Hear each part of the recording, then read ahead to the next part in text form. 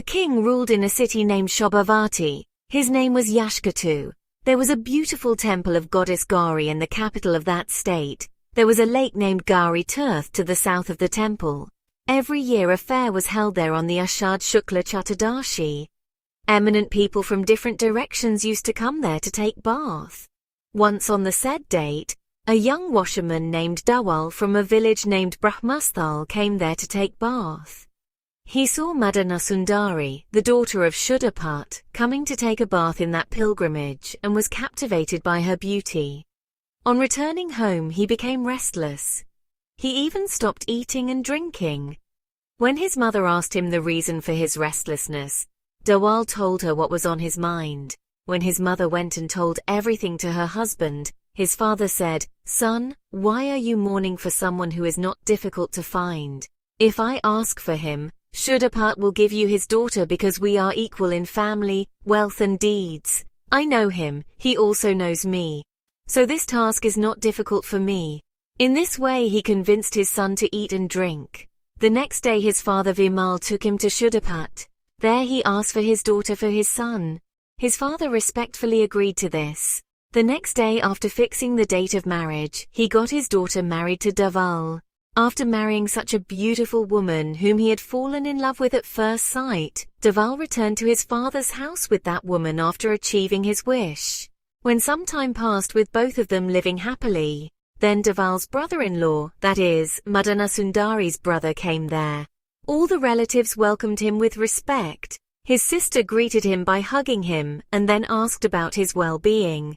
After taking some rest, his brother told them, "Father has sent me here to invite Madana Sundari and my brother-in-law, because there is a festival of Devi Pujan there." All the relatives agreed to his words and welcomed him properly with proper food and drinks that day. In the morning, Dawal along with his wife left for his in-law's house with his brother-in-law. Reaching near that city named Shobhavati, Dawal saw a huge temple of Gauri. He humbly told his brother-in-law and wife, "Come, let us have darshan of Mata Gauri." Hearing this, his brother-in-law stopped him and said, "No, brother-in-law, not now. Right now we are all empty-handed. First we will bring some gifts for Mata Gauri, and then we will have her darshan. Then I will go alone. You stay here because the gods expect more devotion and faith from their devotees than gifts." Saying this, Dawal went alone to see the goddess. Going to the temple, he bowed to the goddess with devotion. Then he thought, "People please this goddess by sacrificing various animals. Why should I not please her by sacrificing myself to attain siddhi?" Thinking so, he brought a sword from the secluded sanctum sanctorum of the temple, which some traveler had already offered to the goddess. He tied his head with his hair to the chain of the bell hanging in the temple, and cut off his head with the sword, and offered it to the goddess. As soon as the neck was cut, the head fell on the ground. When he did not return for a long time, his brother-in-law went to the temple of the goddess to see him. He was terrified to see his brother-in-law with his head cut off, and he cut off his head with the same sword. When he too did not return, Madan Sundari became very worried, and she too went to the temple of the goddess. When she went inside and saw the condition of her husband and brother, she fell on the ground in grief and started wailing, saying, "Oh, what has happened? I am killed." Thus, mourning the sudden death of both of them, she stood up after a few moments and started thinking, "What should I do now by remaining alive?" Then that Sati, ready to give up her body, started praying, "O goddess, you are the patroness of good fortune and chastity. You reside in the half-body of your husband Kamaripu. You are the refuge of all women in the world. You are the destroyer of sorrows. Then why did you snatch my husband and brother from me? I have always been worshipping you. This act of yours towards me is not right. O mother, I have come to your refuge, so listen to my prayer. Now I give up this body which has been stolen by misfortune. In the next birth, whenever and wherever I take birth, I should get these two as husband and brother." Having prayed to the goddess in this manner, she again bowed down to her, and using her talisman, she made a noose on the Ashoka tree.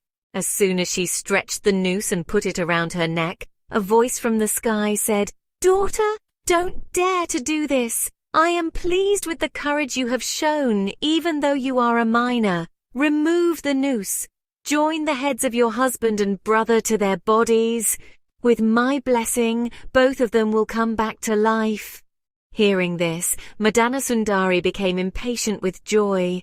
She removed the noose from around her neck and in a state of panic, without thinking, she put her husband's head on her brother's body and her brother's head on her husband's torso. Then, due to the blessings of the goddess, both of them got back alive.